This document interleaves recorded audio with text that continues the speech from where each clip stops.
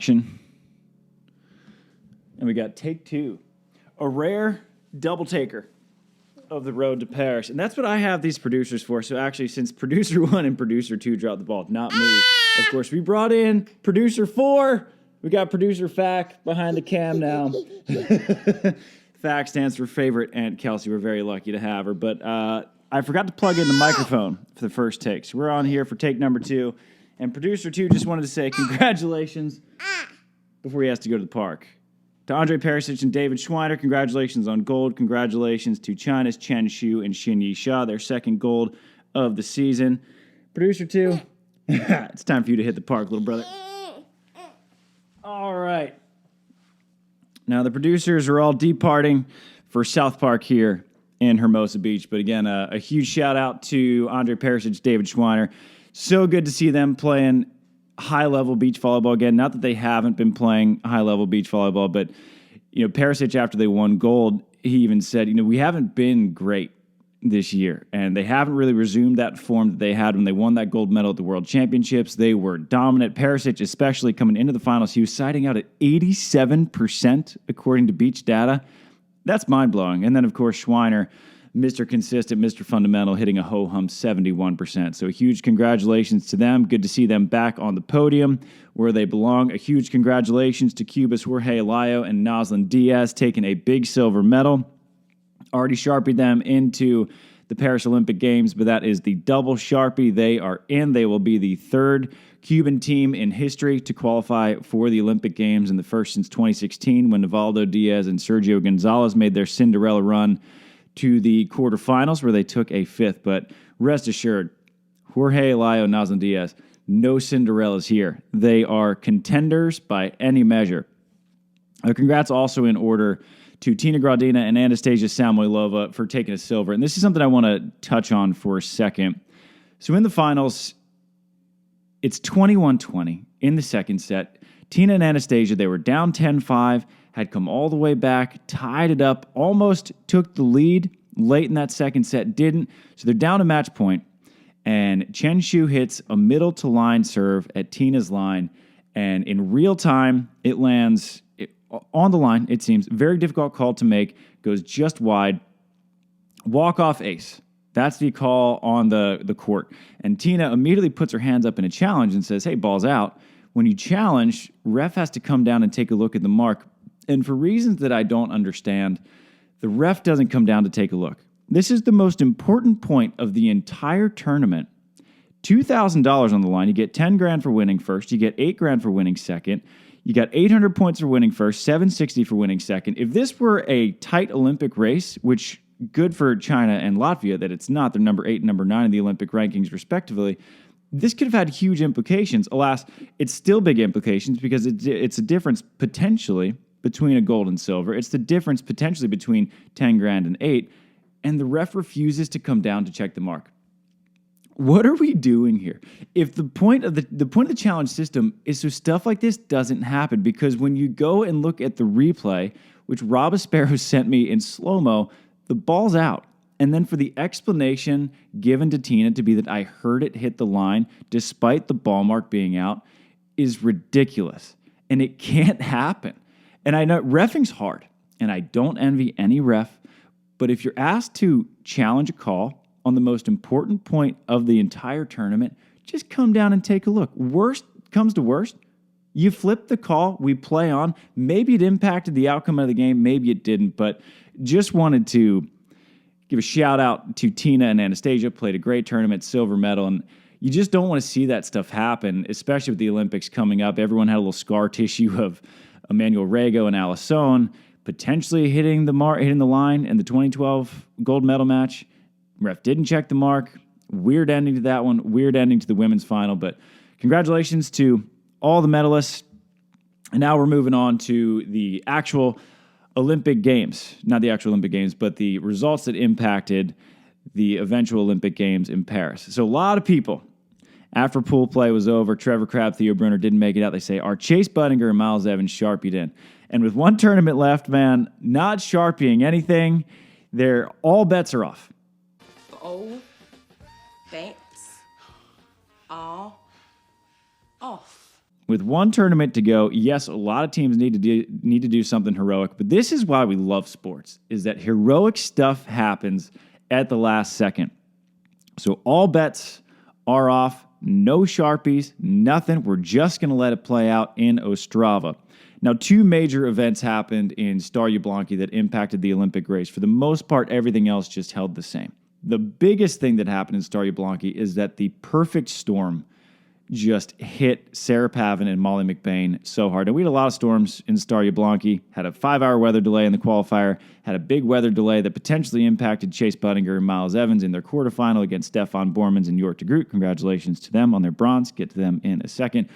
But the storm that hit the worst was on Pavan and McBain. So all year long, they have held the last spot, the last qualifying spot for Paris. They've just been hanging on, and they haven't been playing great. They've just been sort of adding a little bit just to keep their spot. And meanwhile, you got the Klinger sisters coming up a little bit. You got Spain's Lili, Fernandez, and Paula Soria. They've just been charging. And then here in Stare Jablonki, Lili and Paula make the breakthrough that they've just been knocking on the door all season long. They win a bronze medal, their first medal as a partnership at a challenge or Elite 16 level or higher. They've won a couple golds in futures, but this is their first high-level medal. And what a time to do it, because they passed Sarah and Molly, and now they are leading by 140 points, I believe, over Molly and Sarah. They're at 6,800.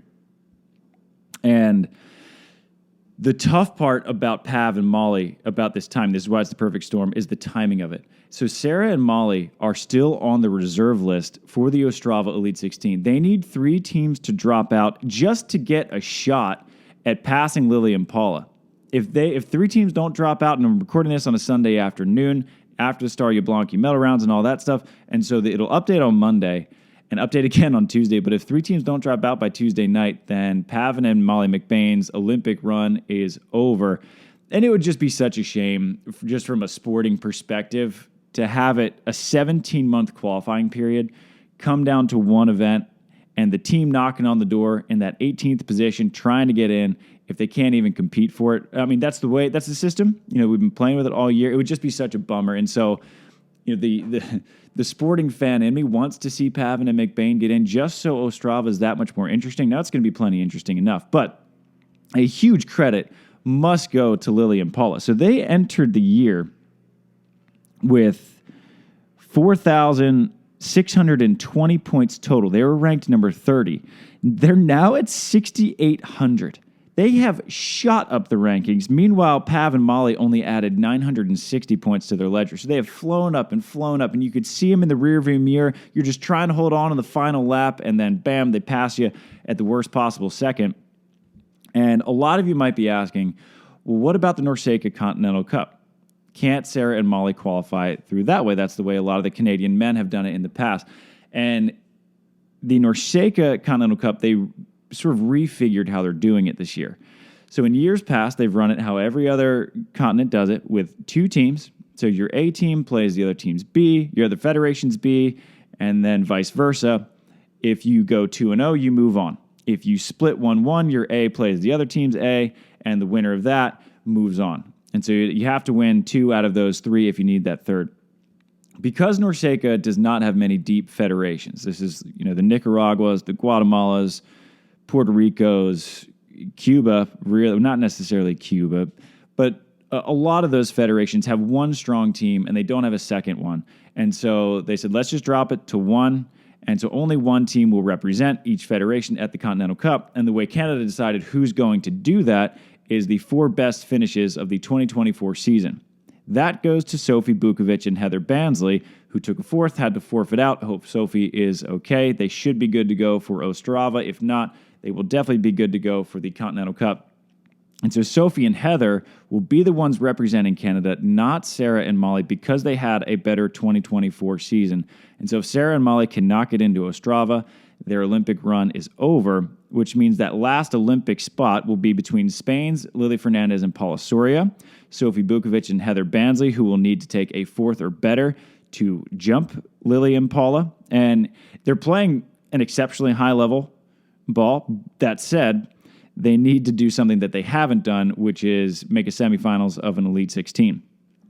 The other team in the mix, still mathematically in it, are the Klinger sisters of Austria, Rania and Dorina. And this year for them, man, it has been a so close you can taste it. They've gotten fifth 3 times, just took a fifth in Stare Jablonki, haven't broken through to the quarterfinals. They remind me a lot, come to think of it, of my guys Triborn and Came Shock. They were just fifth and fifth and fifth and fifth, and they just could not get into the semifinals. They've had 2 second-round qualifier losses in Elite 16s. They've just been so close. Haven't quite been able to do it. Now, they are seeded 15th in the Ostrava Elite 16 qualifier, so they have a shot to do it.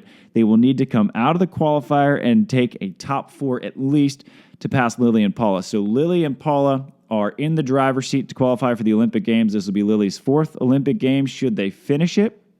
The 3 previous came with Elsa Bacarizo. This will be Paula's first, as well as the first Olympic Games for Tanya Moreno and Daniela Alvarez. So a big congratulations to all of them. We're not celebrating early.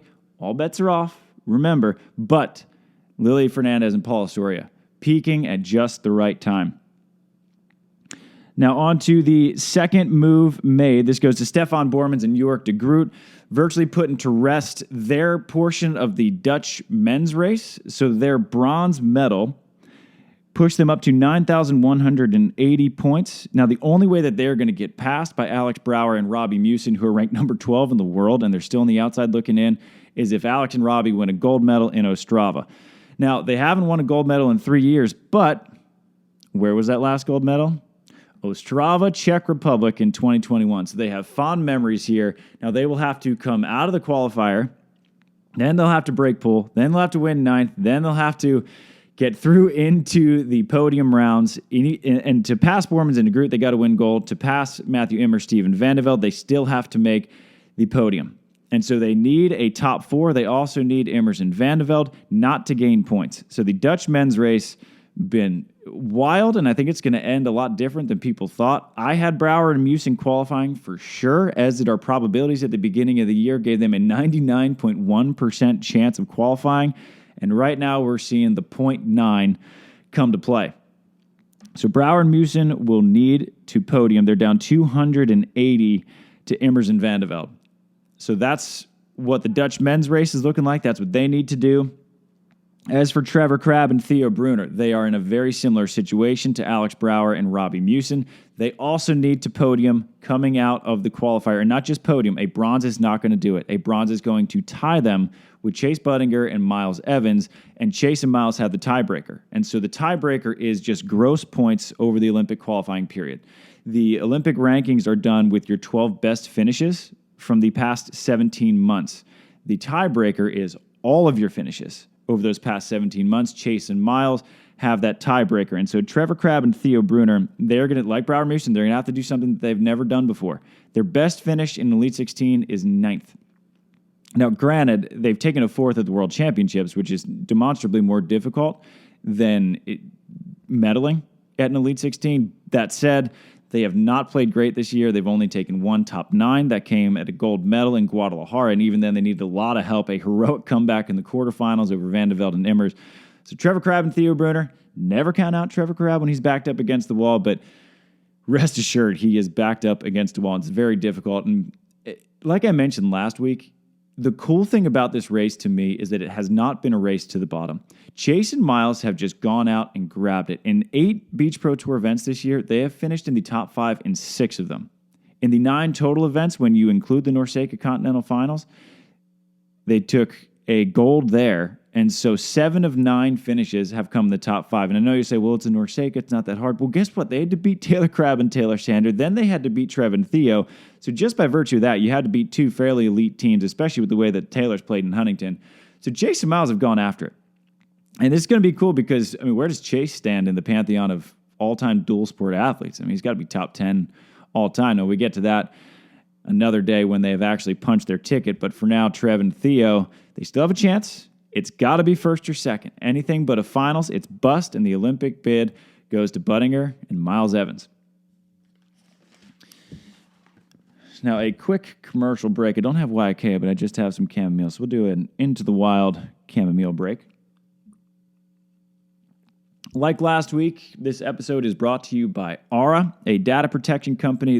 Our data is being bought and sold all the time. We always get spam calls. I get like 15 a day until I started using Aura. And now I've gotten maybe 2 in the last week of using Aura, which is way better because I used to get spam calls probably once an hour, and it was so annoying.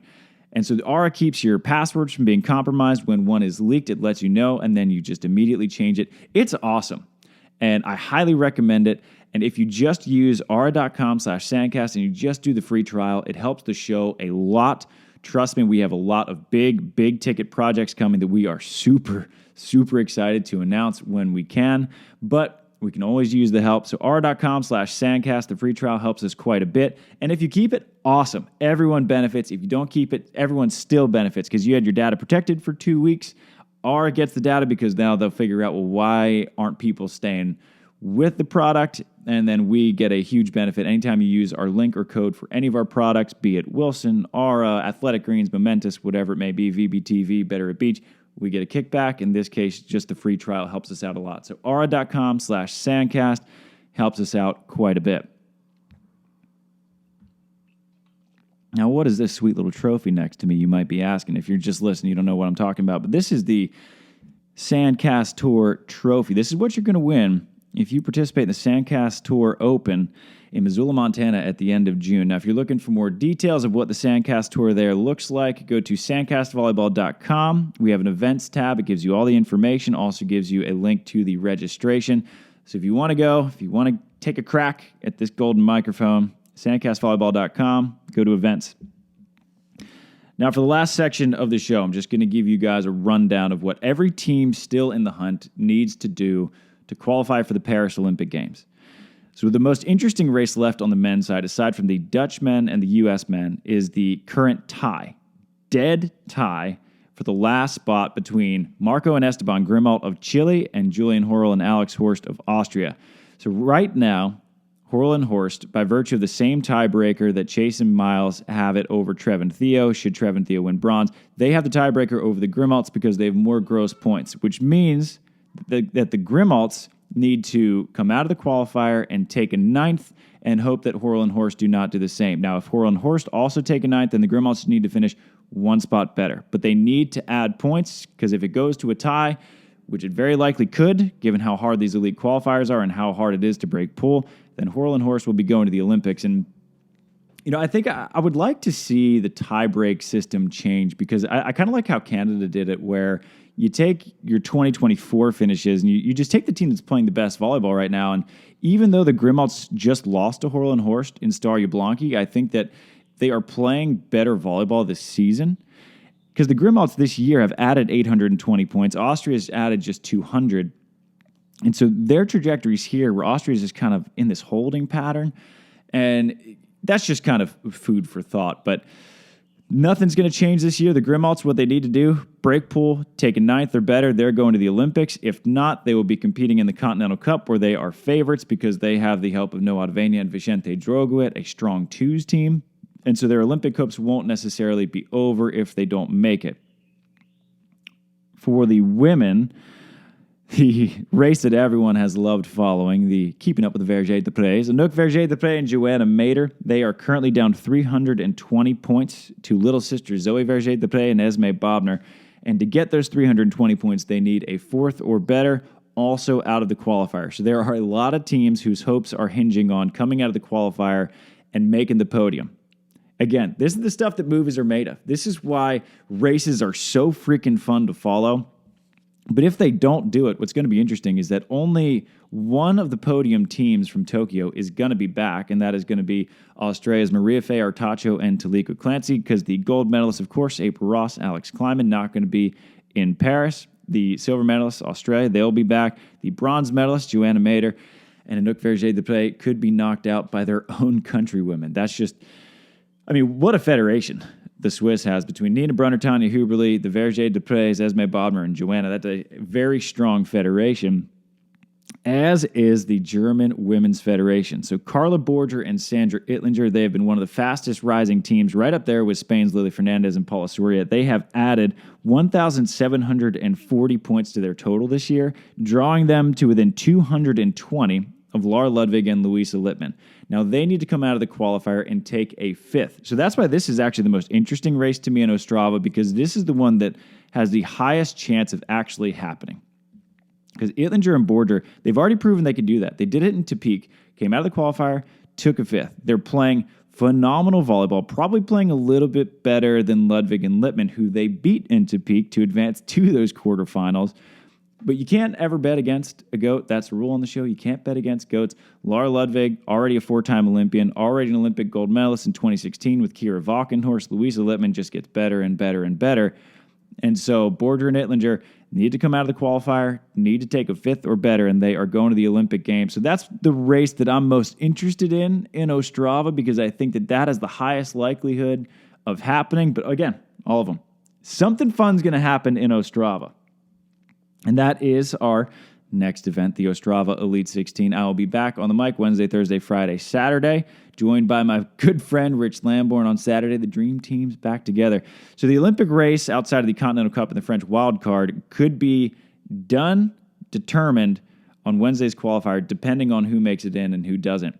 And so that is it for this week's Road to Paris. Thank you all, as always, for joining me. Thank you to producers 1, 2, and Fack in the back. I will see you guys next Monday. Shoots.